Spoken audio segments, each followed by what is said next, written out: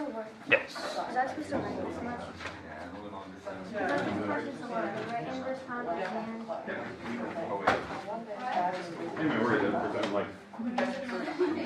Okay, today, we do have homework due today. I will give you a little bit of time at the end of class today to kind of talk about that, to go over it. If you have questions, you want to know a certain problem, we'll do that. Ooh, that is not my PowerPoint I was going to give you. Where? Okay, today we have one more slide, or actually it's two more slides, in the PowerPoint that I want to cover today to make sure that you have it, okay? So I want to make sure that we can do this. So the actual PowerPoint today is going to cover postulates one more time so that we can actually remember them and know how to use them, okay? All right. Let me pop this up here.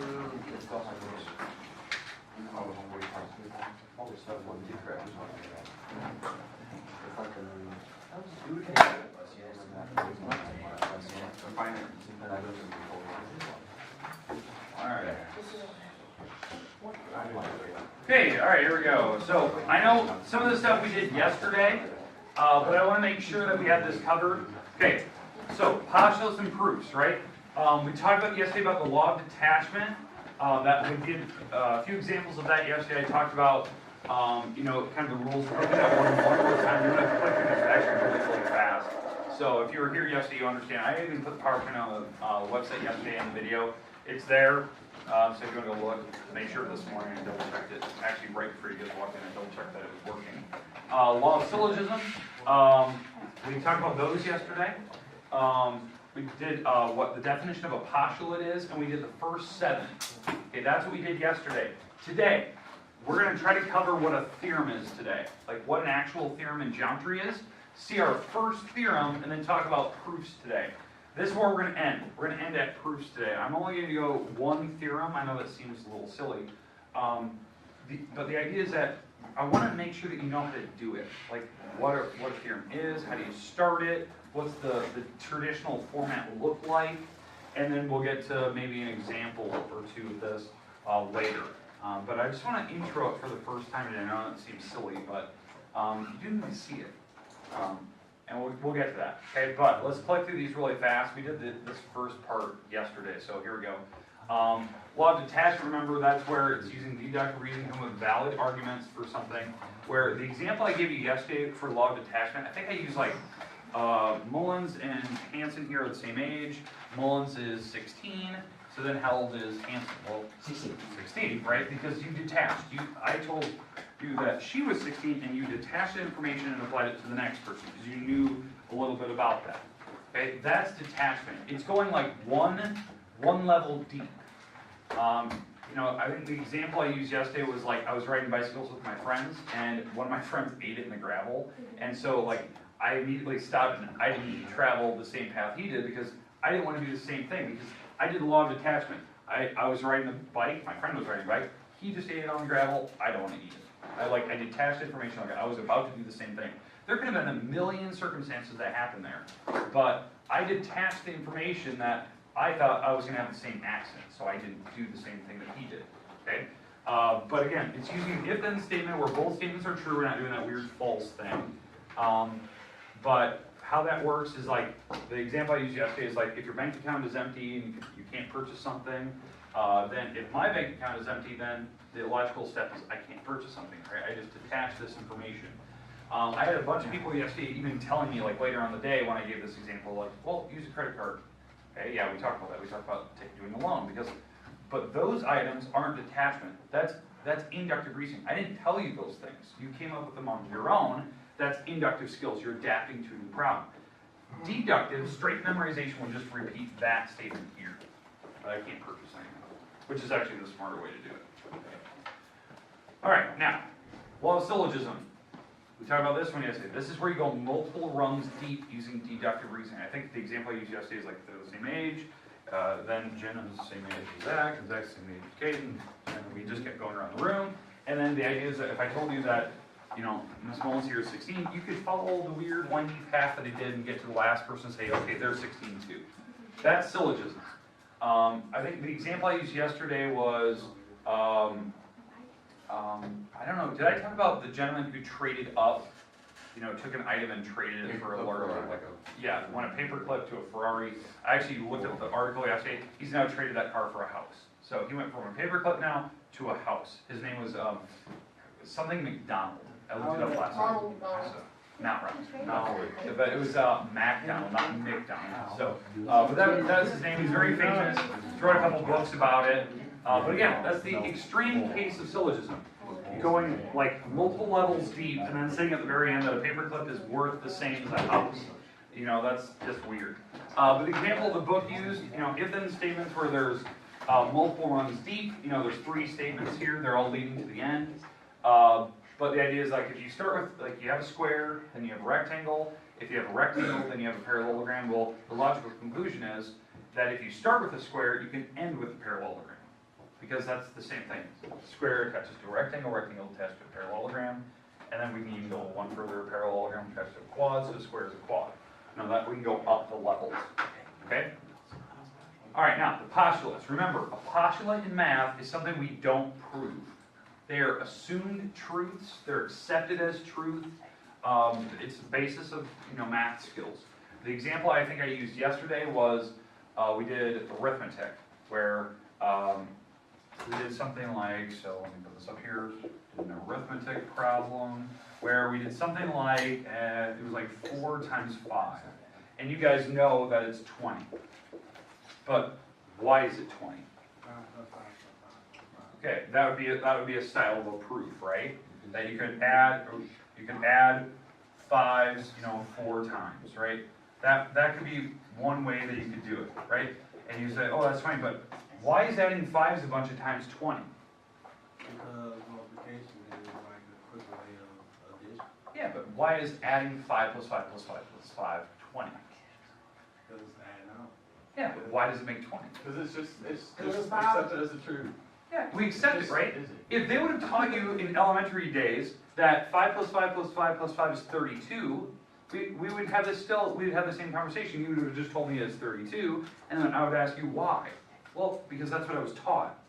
It's like, here's the example I used later in the day. I didn't use it for you guys. What's the second letter of the alphabet? B. Why?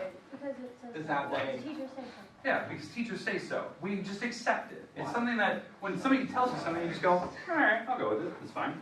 And you don't even question it, right? I can't question that. That's just what we're taught. I don't know why it's 20. It's just 20. That's the symbol we use for what 5 plus 5 plus 5 is. It's just a symbol. Well, that's a postulate, right? Basic arithmetic is a form of a postulate. It's an axiom. It's an accepted truth for us. Well, for us, we have basic things we accept as truth in geometry. The things that we accept are these first, 7 postulates. Basically, all they cover is points, lines, and planes. That's all they cover. So, one of the examples. So, my first one, again, axiom, same definition, right? But the first postulate we talked about yesterday, chapter 2, the first postulate, tells you, if you have points, you can draw lines through them. So, if I start with, point C, and I have a point D on my paper, there's one line that can go through them. Okay, I'm terrible at drawing, but you get the idea. There's one line. You start with the points, you can draw lines through them. That's an accepted truth, right? It's just duh, you can connect them. But there's only one. That's the part that most people struggle with, that there's not another one that went through there. Okay, that's a postulate. We accept it, right? Postulate 2-2. We talked about if you have non-collinear points, 3 of them.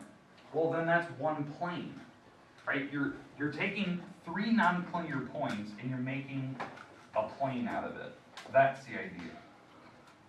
Now, this is the example of it, right? I have 3 non-collinear points. I can make a plane out of it. And again, what we talked about yesterday is like all the names. But again, we accept it. You start with the points. Yeah, there's one flat surface that touches them as long as they're not in a straight line. Now, the next 2, and I don't know if I told you this yesterday, the next 2 postulates, postulates 2, 3, 2, 4, they were the converse of these. They're just taking the words and switching it. So like, if I go back to 2-1 here, you start with points, you end with a line. Well, if I go to 2-3, so here's 2-3, here's 2-3, you start with a line, you end with the points. it flipped the words around and just wrote it grammatically correct. A line contains 2 points, at least 2. So here it is. So I can put more than one on there. But again, you're starting with the drawing and you're going to label points on it. Now, I know most people think, there's an infinite number of points there. There are. But again, if you run out of letters of the alphabet, make up your own, own symbol or call it cat, dog for all I care. Number them. But you can label all the points. Now, 2-4. This is just the converse of 2-2, where you talked about 3 non-planar points making a plane. Well, now you start with a plane, and I can label points on it anywhere. So I can put more than one on there. Now, when we name the planes, we talked about this. You have to use the points, or you use the little cursive letter in the corner. We talked about that yesterday. Okay. Now, 2-5, 2-6, 2-7. These are all the interactions. What happens when things mess with each other? So, like if I put points on a plane, then that means I can draw a line on the plane. So if I put points on a plane, then I can draw the line that touches the points, and that's also on the plane. And we talked about that yesterday, like why it won't be off the plane, like because it has to be flat against it. Planes don't have edges. Continues. We talked about 2-6, where if you cross 2 lines, they intersect at a point. Talked about that. And the last one, we talked about if planes cross, they make a line. Now, the big thing about this one, I don't know if I stressed it for you guys, but I stressed it later. Look at the number of planes I'm given. Only 2. Okay, if I'm given more than 2, there's a bunch of different outcomes that could happen. And that's more of a pre-calc topic. Now, I know it could be the same situation with a third plane going through like this, like a third plane going straight, and you still make the same line. But if it's like tilted on its side, and it's going through this way, now we have a problem. Now it's just a point. It's like if you look up here in my walls, right? I have a marker board wall, I have the wall with all my posters, and you have the ceiling. Well, where all 3 meet would be that dot in the corner of my room, right where the corner is. It's a point when 3 planes cross. If they're at different, if they're on different planes, different levels. Okay, one's horizontal versus vertical. So there's different outcomes that could happen. Who's that? So, all right. So that was 2-7. All right, here we go. Theorem today. So, okay, theorem today. Theorem is something that it's a mathematical statement, but we have to prove it. Question. This is new. This is the brand new slide. So this is the one I want to get to today. I was trying to blitz through those other ones. Okay, we have a mathematical statement that we have to prove it. It's not accepted as truth. We have to actually define, discuss it, like, why does this work? There's a lot of theorems in this book. Every chapter has a bunch. This is the first one. We're going to start with something kind of easy. But it's something like we have to discuss it, because usually like a theorem might give us a formula, something to go off of. Maybe it's something that's so inherently like difficult to understand that we do have to explain it somehow. Now the first one they give us is pretty easy. So, but again, we do have to prove it, right? Now, to do proofs, there's a set style to them, especially for geometry. There's paragraph proofs, which they call like a verbal expression. So there's a paragraph proof kind of thing, where if we can explain it in words. Now, most people are very good at trying to justify it like using words. There's a 2-column proof. There's a 2-column proof. So that proof itself is the one that we mostly stick with in this class. It's the easiest one to understand. Now there's other forms of proofs. There's proofs by doing indirect proof. That's a different one. Indirect proof. That's one where you start with the assumption that the theorem is false, and you try to show why it's false. And then at the very end, you're like, you can't prove it. Like you get to a point where you've actually made a mistake, and you're like, okay, well, I can't prove that it's not false, so it has to be true. It's like reverse psychology.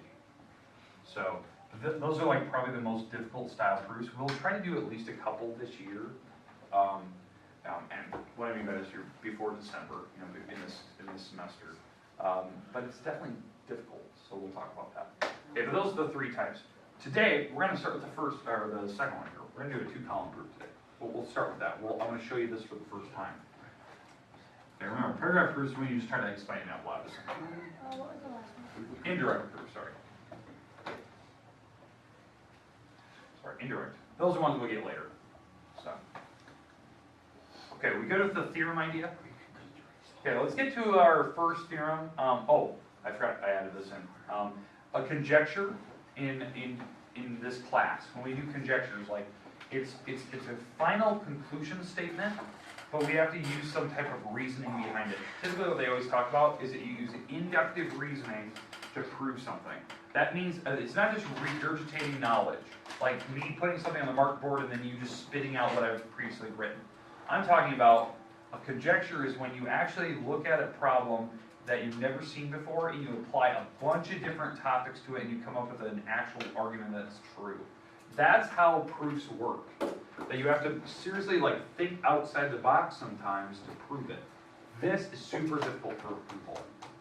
People are very good at deductive reasoning, like seeing a problem that I've done and just spitting out what I've done previously.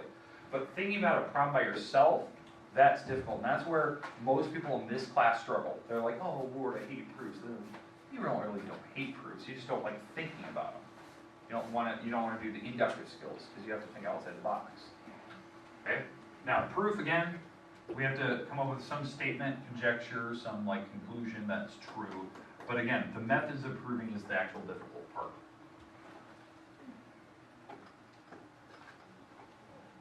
Okay. Not moving on. I'm waiting.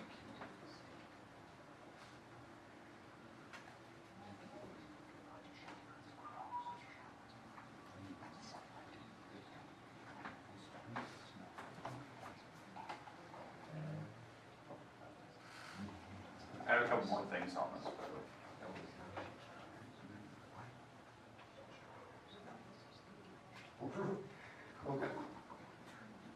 Okay, so now proofs, right? So there's a couple of parts under the word proof. The methods of proving something, right? So one of the methods we use to prove it is paragraph proof. I had you write this earlier, but again, paragraph proof is very informal. It's the way when we discuss it in class a lot. There's some proofs that I'm not going to walk through. We'll discuss it, why does this work? Because maybe the proof takes too long. I only have a 40-minute class, and this proof might take me 35 minutes to prove it. Well, I don't want to do that in class. I don't want to write down every step, and so we'll just talk about it very informally. The other way is, again, the statement of reason. That's the 2-column proof. Statement of reasons. Well, that's the one we're going to look at today. So if you wrote the 2-column proof, that's what we call it, but it's called statement of reasons. And then the last one is an indirect proof. So I forgot I added that in there. Realized I did it after I put that. Okay, questions? We already have that on. You probably already have that in your notes somewhere. The 3 styles. Totally forgot I added that in there.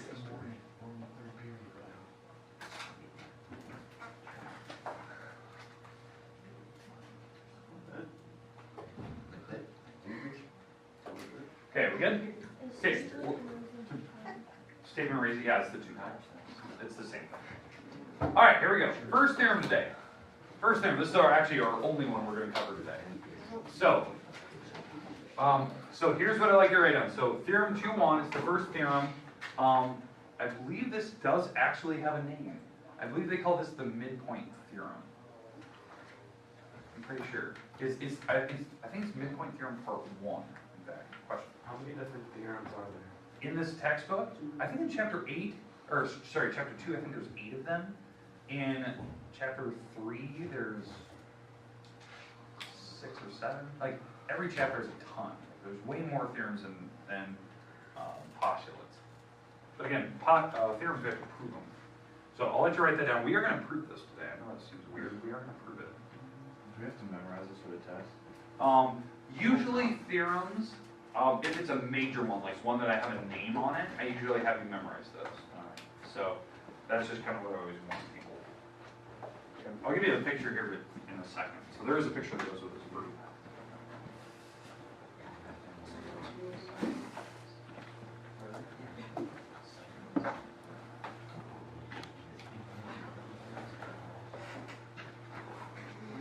Okay, let me give you the picture here of theorem 2-1, so you kind of know what we're talking about. We're talking about a midpoint Now, if you don't remember the definition of midpoint back in chapter 1, it's just a point on a segment. So, but it's more specific. That's what they're actually discussing here. It's not just some location on a segment, it's very specific. So here's the picture that the book always shows when they show you like an example of midpoint, right? So you start with where they tell you in line number 1 that, in this first line, that M is your middle, it's the midpoint. Well, what you have to prove is that these two segments are the same length, okay? And that's what they have the markers there for. And most people look at this and go, okay, what's the proof? Like, how do you do it? It's actually really, this is like the first theorem we get, super short so you can see it. So here's how you do this. So we're going to do a proof. So write the word proof, and behind it we're going to go theorem 2.1. So when we do a proof, I always want you to write the word proof so you know that that's what we're doing. We're going to prove this thing. You always put the theorem number behind it so you know this is the theorem we're going to try to prove. And now we're going to do a couple lines down. Again, I'm doing this, the two-column method, the statement of reason idea. So line number 1 is always stating what did they give me. What they gave me is the hypothesis. The hypothesis is the part that they give you, not this part. Does that make sense? You have to go to the part with the word if. So what they gave me in line number 1, M is the midpoint of segment AB. And over here, so this is line number 1. On this side, notice I put another number 1. This is the reason. Well, line number 1, this is a given. They gave me that information. It was provided for me. Now, if they provide you more than one given information, like maybe there's a bunch of things they give me and then we're trying to prove something else later, right? You can put the givens in a bunch of different lines. You can separate them, you can put them in one big chunk. I know sometimes they do that. I just throw all the givens up right at the beginning, and then we start trying to prove this thing in the end. Okay, but this is how we start. We start with the given, we write given. That's my reason. Again, this is two-column proof. This is your statements. This is your reason. Now, a reason could be as simple as a definition. It could be a postulate. It could be a previous theorem that we've previously learned. But it has to have a reason. You can't just make up something. All right, are we good so far? We have the first line. Now, line number 2. Line number 2 in a geometric proof is usually reserved for redefining what this means, what line number 1 is actually telling you. Maybe there's something that's obvious, like for instance, when they tell me M is the midpoint of AB, well that means that if this is the midpoint, the middle, right? That's the middle. Then that means these sticks, like the actual measure of them, if we were to measure them with a ruler, the measurement would be the same. So how you actually write that, you write this, AM, and notice I left the bar off of it. When you leave the bar off the top of a segment, like A to M, that's this stick right here, this is AM, right? That means that you measured it with a ruler when you leave the bar off of it. That's just usually what the book always defines it as. So I'm talking about the length of AM. Maybe it's 1 foot long. I don't know. It looks like a foot, let's say. 1 foot, okay? That's equal to MB. The actual segment lengths are equal. And again, you're like, I know a lot of people look and go, "Ward, don't you need congruent, like a little symbol?" I'm actually talking about the measures of them. So if that was a foot, the other one's a foot. Because this is the perfect center. It's the midpoint right between them. So maybe the whole stick is 2 feet long, but M is the perfect middle. So these are the same. The reason why this works, that's the definition of midpoint. It literally says that segments are of the same length. So if I measure them, their measures are the same. So then my final line, this is line number 3, and this, I'm not even joking, this is done. Line number 3, dot, dot, dot. Now notice the 3 dots. This symbol means therefore. We always put that on the last line of a proof when I'm going to show what I'm trying to prove. Therefore, dot, dot, dot,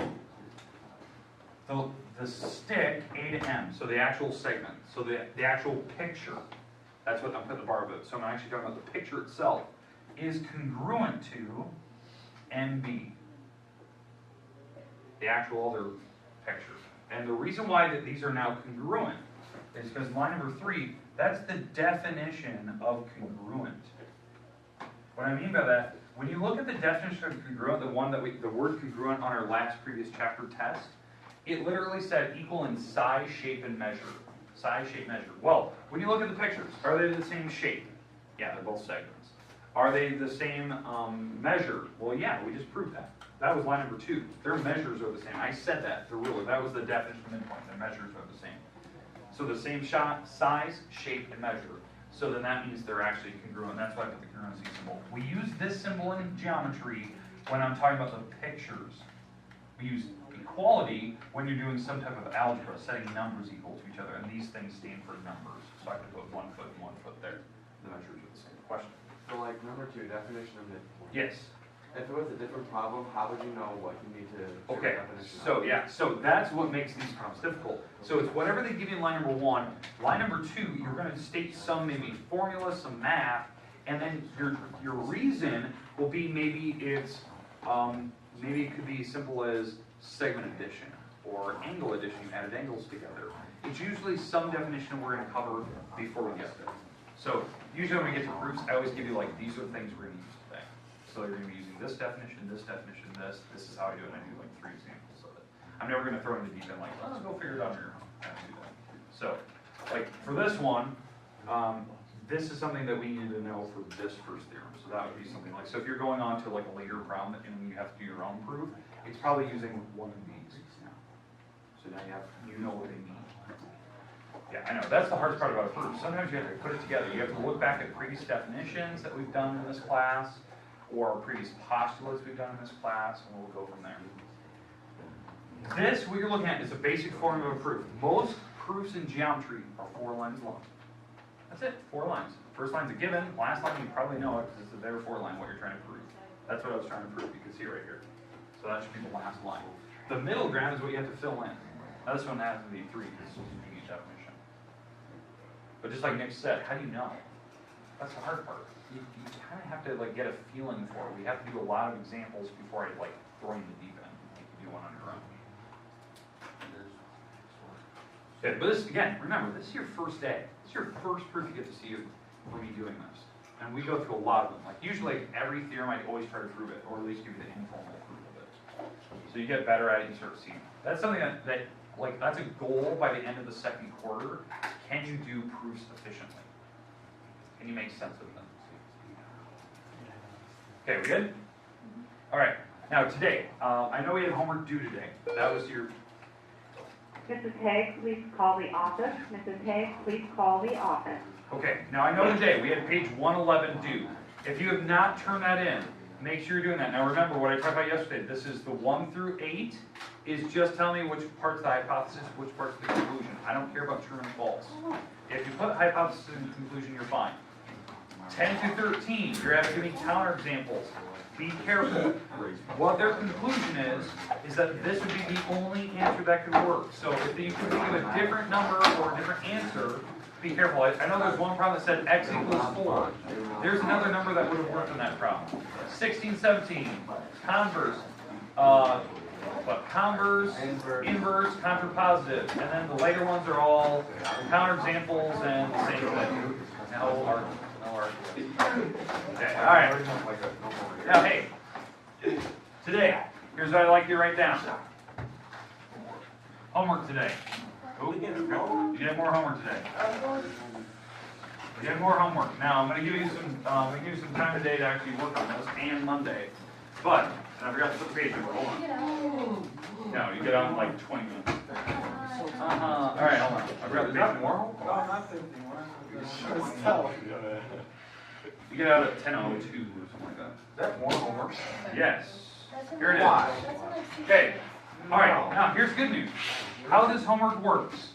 Okay, you're doing a bunch of odds and evens, so be careful of which ones you're doing. Okay. So, on this stuff, what you're doing is that they're going to give you a picture off to the side, something like this, and they'll have a bunch of pretty pictures and they'll have a bunch of labels. And let's say question number 1 says, A, B, and C are contained on the same line.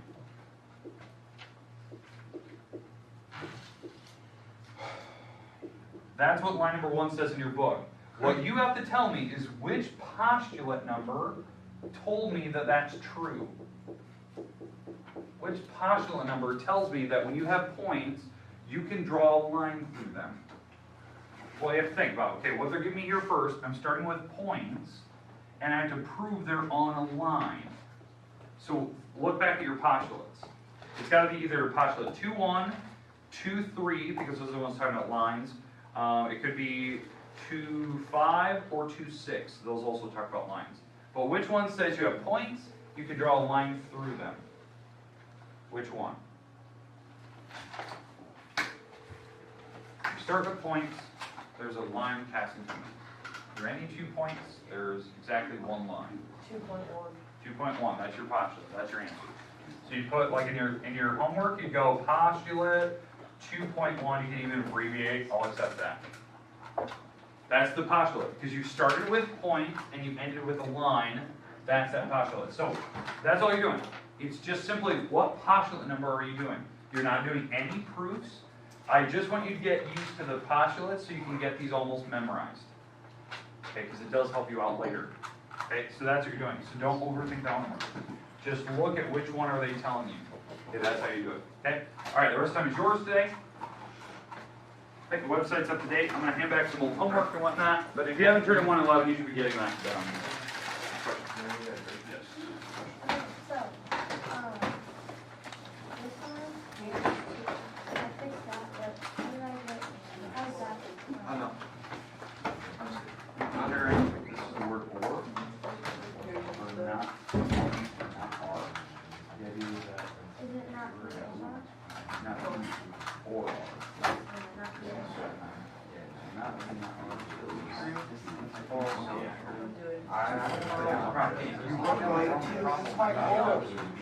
It's rolling on the track. There's more pulse air on than there were trees. I don't care what they I might. 20 minutes. Hardwood. Can I just, okay, instead of making a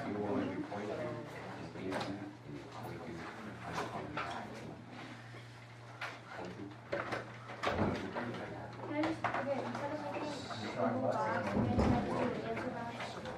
Like redo it?